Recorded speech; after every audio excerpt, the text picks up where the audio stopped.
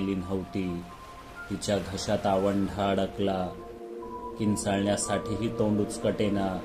गरगरल्यासारखं वाटू लागलं. तरीही स्वतःला कसंबसं सावरून ती उलट दिशेला पळाली.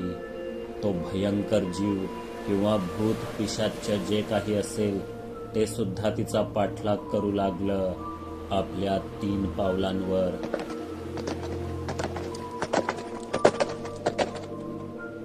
त्याला चुकवण्यासाठी ती माडांच्या रांगांमधून वेडंवाकडं धावू लागली. त्याच्या पावलांचा घोड्याच्या टापांसारखा आवाज अधूनमधून हुंकारणं तिला ऐकू येत होतं. अखेर ती गावाकडे जाणाऱ्या पायवाटेवर पोचली. दूरवर दिवे दिसू लागले. मागून आवाज ऐकू येणं बंद झालं.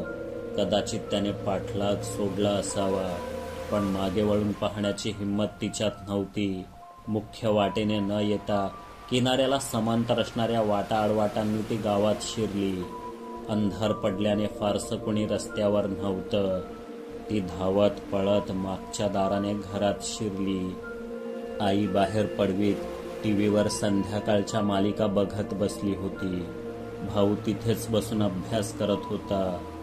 नशीब बाबा अजून चौकीतून घरी आले नव्हते. ती थेट माडीवर गेली. स्वतःच्या खोलीतले दिवे लावले. खिडक्या दारे बंद केली आणि गोधडीत शिरून खाटेवर पडली.